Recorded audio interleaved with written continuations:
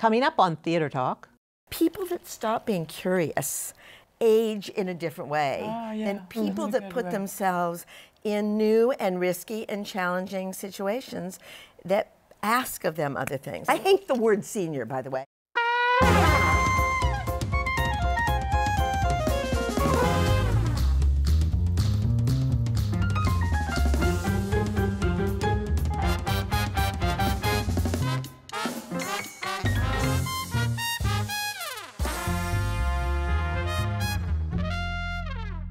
We're selling junk in Izzy Peterman's company, Saratoga McDaniels, for him to go after Everson Steele. The bonds are paying 17% quarterly coupon, rated CCC. Bob? Murr, I want you to come in for more than usual. We're making our first play on the Dow Jones. Right. Shoulder to shoulder, Murray, deal by deal. That's what we're doing. We're making them see we can be the big muckers, too. I need you, Murr, more than ever. Bob, I have to talk to you. It's Macy. She all right? Your wife okay? No, she's fine. Okay. It's just, I'm at $100 million in liquid assets. Bob, she doesn't want me to take any more risks. She wants me to stop. She or you? I don't want you to be mad. 4, maybe 5 million. That's what you came to me with 7 years ago. Well, it was Macy's money. No. It was all hers, her dad. No, that was hers. The rest, I made you. I make you rich. From New York City, this is Theater Talk. I'm Susan Haskins, and with me this week is my guest co-host, Jan Simpson, theater journalist, writer of the popular blog Broadway and Me, and now hosting the podcast Stagecraft for Broadway Radio. This week we're talking about the epic, chilling, wonderful play Junk at Lincoln Center's Beaumont Theater. It was written by our guest Ayad Akhtar and directed in all its epicness by Doug Hughes. Welcome back to Theater Talk, both of you. Thank you. Thank you very much. Thank you. This show is based, I believe, on the junk bond scandals of the 1980s. What made you decide to turn that into a play? Right. It's not really based on the junk bond scandals. It's really more kind of composite of a lot of different things that happened at that era. The Revlon deal, the RJR Nabisco deal, the movie Wall Street, Michael Milken and Ivan Boesky and the insider trading scandals. I mean, all of those sort of mythic narratives, what I wanted to do was kind of composite them and distill them into one tale about a transformation of values at the heart of American life. And to do that through the process of showing a deal on stage and showing how business changes over the course of the deal making on stage. And so, yes, there are analogies to all sorts of events and sort of tales of that time, but it was really an attempt to kind of distill all of that into one mythic evening, if you will. You're really talking about when things started to curdle even more because computers made it possible to cheat people much more. And although I wasn't alive and an adult at that time, I didn't understand it to the depth that you've made it clear in this play what was going on. Well, the play is about a system, and it's about the system that's taken over our lives. We all like to think we live in a community or a landscape. We don't really. We live in a system. And people don't write plays about systems, about the expanse of society every day of the week. Old banking, new banking, corporate law, journalism, and the law, the federal system that enforces law, are all represented in this play. And that takes a great breadth of imagination. And then yet in this system, you have these people who are being corrupted or destroyed or turned into monsters. I don't know. No? I don't see it that way. I think that, it's hard for me to write a character if I don't love them. And it's hard for me to write a character if I don't identify where they come from.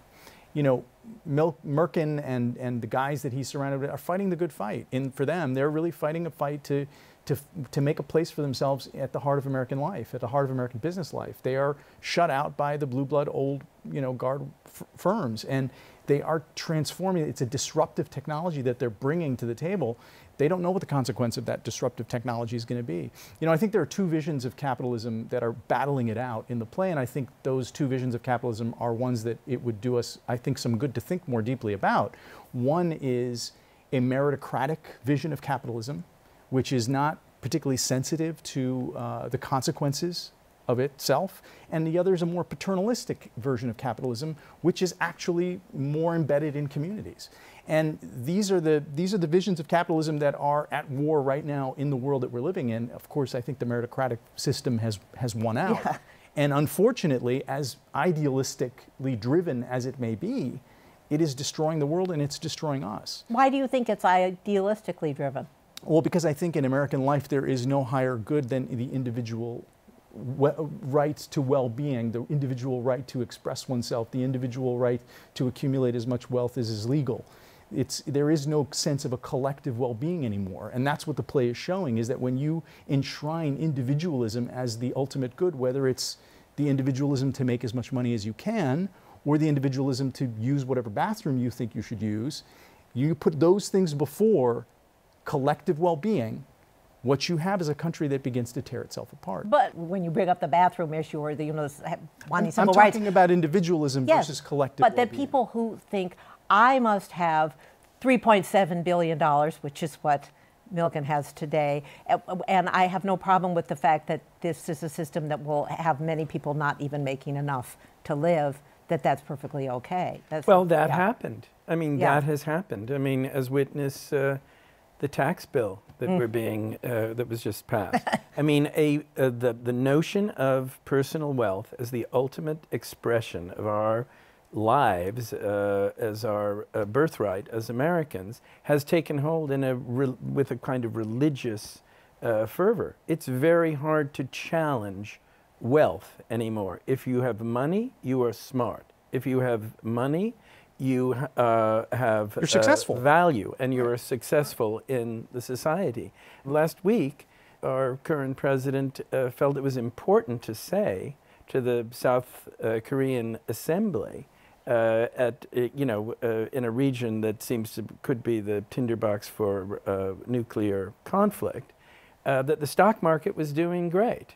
And that was a badge of how fantastic he is for America. Those numbers have become so important. When I was a kid, was there, 24-hour business coverage? There most certainly was not. We were thinking about other things. Today, that constant digital ticker is what's running the show. Its rhythm has become our rhythm. One of the things that, as you talk about this is so pervasive in our society right now. It's become our ideological framework. It's become our philosophical being. We see it so seldom on stage. Right. Why do you think that is? I mean, it's so much. Do you want the gracious answer to that, or do you want the English? We want the real answer. I'm going to jump in before I have time to justify.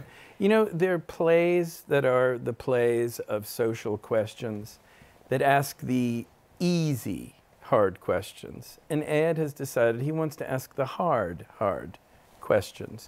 The things that really will not find an instant resolution in a sentimental way.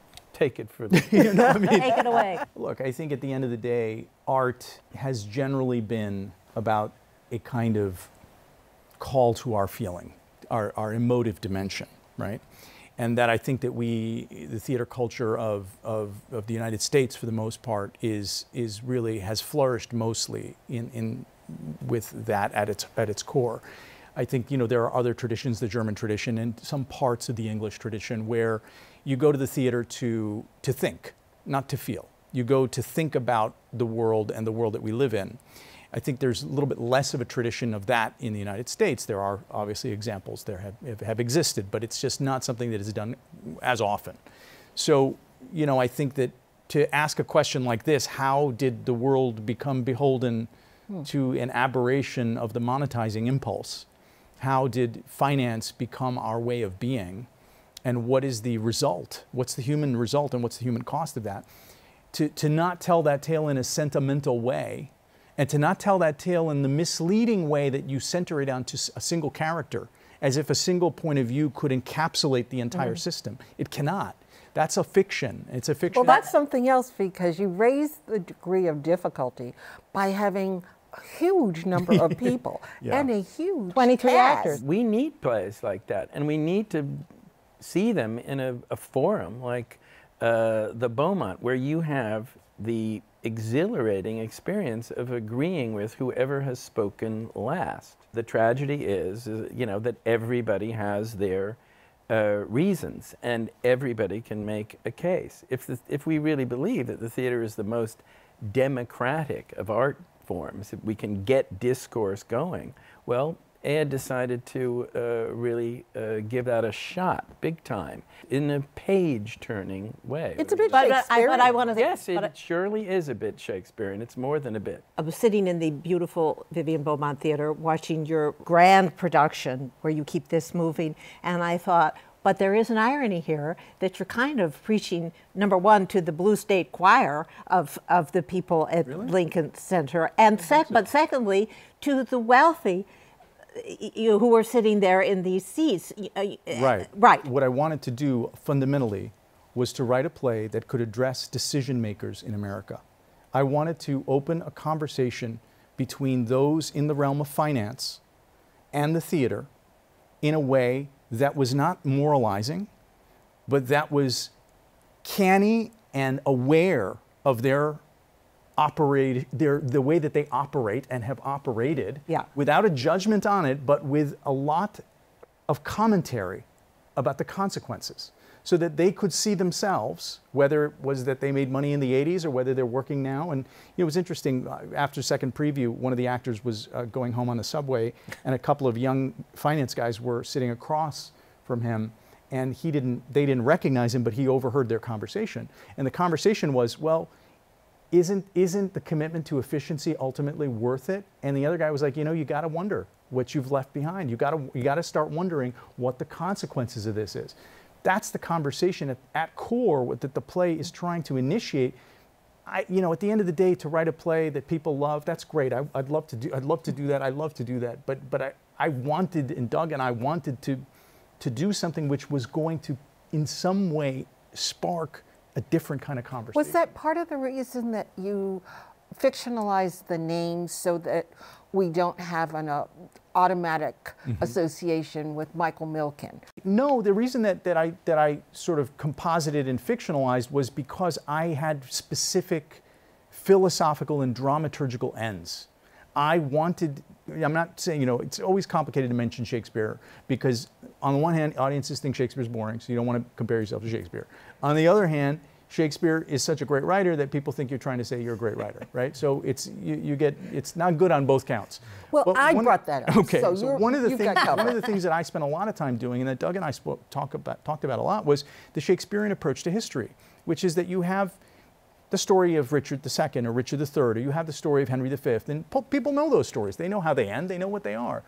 What Shakespeare's doing is he's taking a tale that folks know and transforming it in order to tell something about the era that he is living in now, then. Yeah, this is not an 80s play. So it wasn't a play. No, it's an always right in now America play. We only have a minute left, but I want to ask you, how soon into the process of this being written did you come in as director?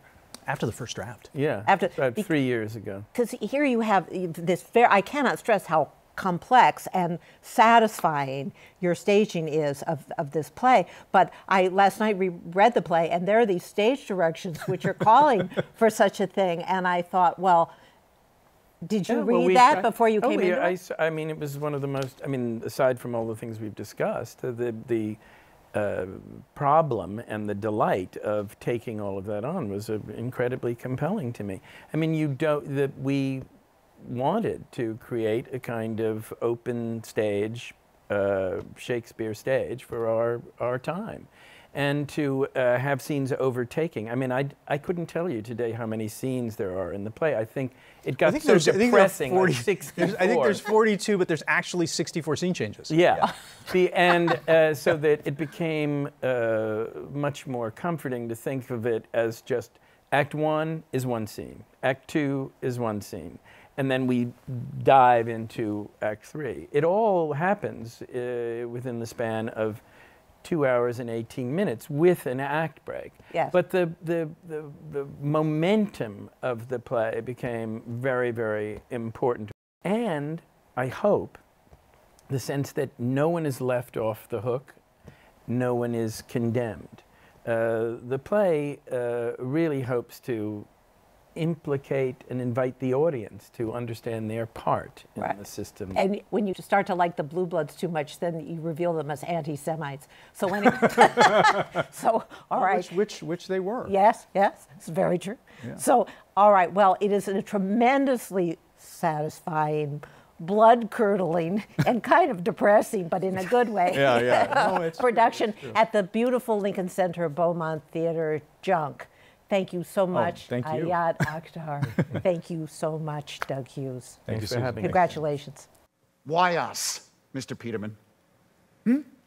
What did we do to attract your unwelcome attention? I'm fighting a battle to keep a business alive that's been in my family and in my community for 3 generations. Why don't you just go away? Find some other tree you can prune and piss on to your heart's content. Tom, you don't have to... Izzy, do you mind? Mr. Everson, due respect, we all live in the market. We respond to the market. We grow with the market. The market is the rule of our being. And those who don't obey the market begin to lag. And when they do, they draw notice because they're weak. And the weak are eventually consumed.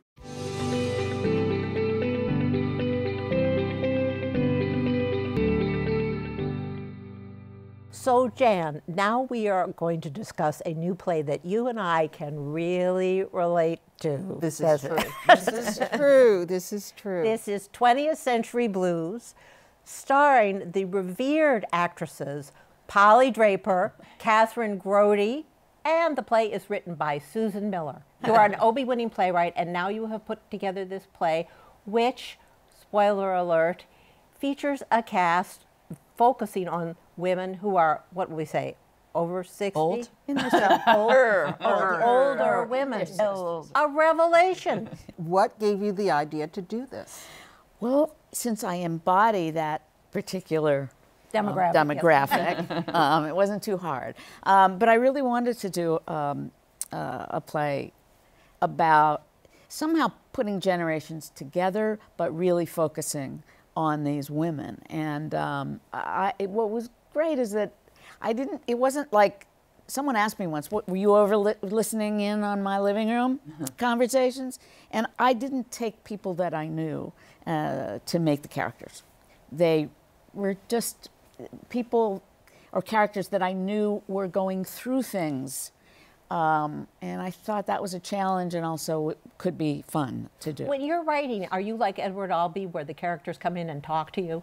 I don't think he and I are alike, though I admired him, and I loved his plays because they were one of the absurdist playwrights in a way that gave me the freedom to, go out of bounds with what I wrote. Actually, this is a more naturalistic play than I think I've ever written, really. Yeah. This is a play about 4 women who have known one another for like 40 years. So I'm interested in what spoke to each of you about your roles. You play sort of the Danny, sort of the ringleader, I would say, of the group. And you play Gabby, who seemed to be sort of the heart of the group. And I'm wondering what spoke to you about these characters. I could relate to all of the characters. Couldn't you? Yeah. Yeah. I could relate to the ambition of my character and the fact that she's an artist. She's a photographer, and she's about to have a retrospective done of her photography at the Museum of Modern Art. And she's ecstatic to use these photographs of her friends that she's taken once a year, every year since the day they met, 40 years before, in jail, just because they were protesters, not because they were, ardent criminals.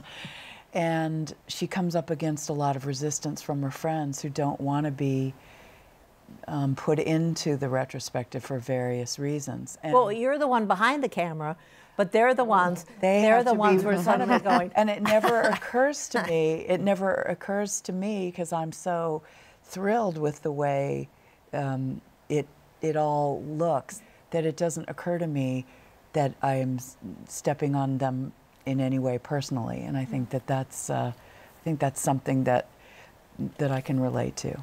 Kathryn? Well, I think for me, the radicalness of this play is such an important aspect of most women I know's lives because our friendships are the glue that holds us together. And that is a distinction from a lot of the men I know who are very envious of our ability to connect and be there for each other. And I certainly relate to Gabby's trying to make everything okay because I'm conflict averse, which is something I'll work on my whole life. And I hope to be really easy in another 20 years when I get pissed at something. But I'm working on it. But I think, first of all, seeing 4 women of a certain age all together, we could just stand there and people could come and go, oh my God, because we are so disappeared. And it has infuriated me for a long time. And I have taken to, when I get calls for things, the first question I say is, does the person have Alzheimer's? Because if she is, I'm on strike for that, because I know so many people that are vibrant and curious and beginning new things and have friggin' wisdom that it's supposed to be accruing. I was trying to kind of walk a fine line because I don't want the play to be about aging, Right. but about these women and what they're going through on every level. So It's about getting wiser. But when you say about women of a certain age, which I'll say over 60, being disappeared, that's such a good point. And I think of my body as old because there's pain, but I don't think of myself as old in terms of my mind. It was funny, one of my coworkers said to me, so I was referring to middle age, and he said, "You're not middle aged, you're old." And I I would disagree. Nice. Yeah, no, but what I'm saying is that what we're dealing with is the perception of other people, you know, that not what our brains are telling us, because we're out there, you know, making mistakes and having adventures and doing interesting things as our knees hurt. And so I love that you've put that in your play, that these are fully rounded people. Right. Do you think of yourself as old ever? Both, we went around the room and asked the cast, and Kathryn and I both said no, that we don't. Although two cast members did see themselves as older. And one of them said, and proud of it, and that was I think different people, I know little kids who seem like old men. Right. You know, there's just it's a personality more than it's an actual age, I think. But how could you be actresses past a certain point and think of yourself as old and go out there and be Right. Well, you have to invent. Often what we do is invent our own work. I mean, I started doing, you know, one-person shows when I was in my 40s. One, because it was about domestic life and motherhood, and nobody was talking about that. Somebody asked me, actually, when I had a second son, "Are you working now or just staying home having fun?" And beloved Joe Papp let me answer that question at the Public Theater. So I think Polly's written, you know, I mean, you start creating the material that nobody else is creating. And also, I do think it's curiosity in some way.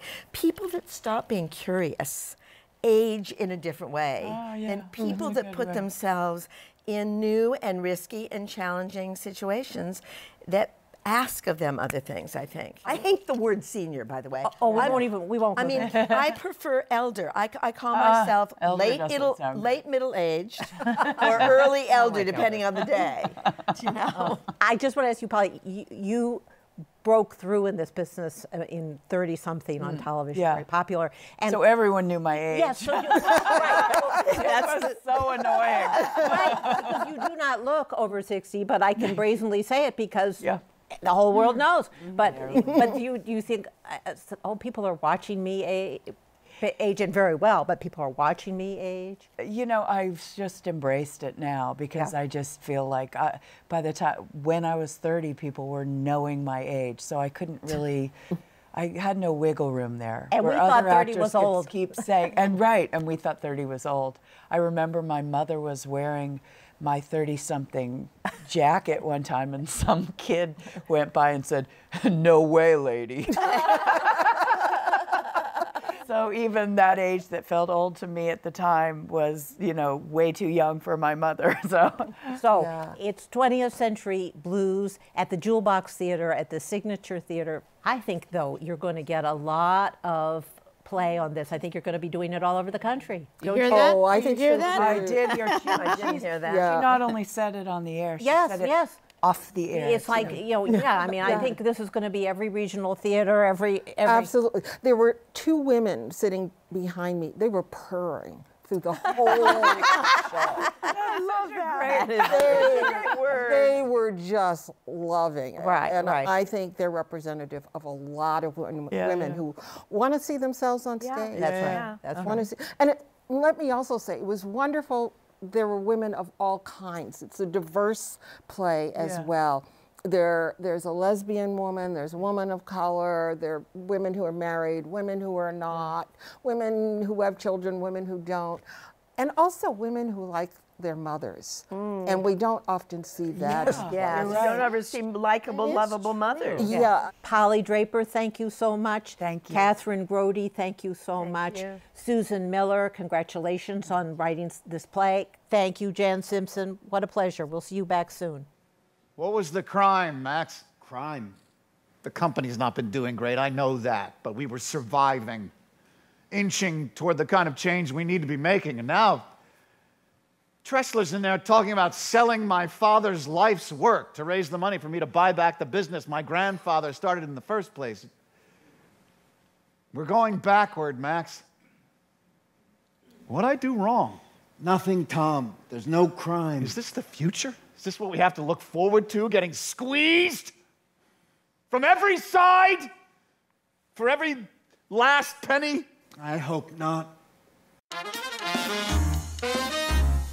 Our thanks to the Friends of Theater Talk for their significant contribution to this production.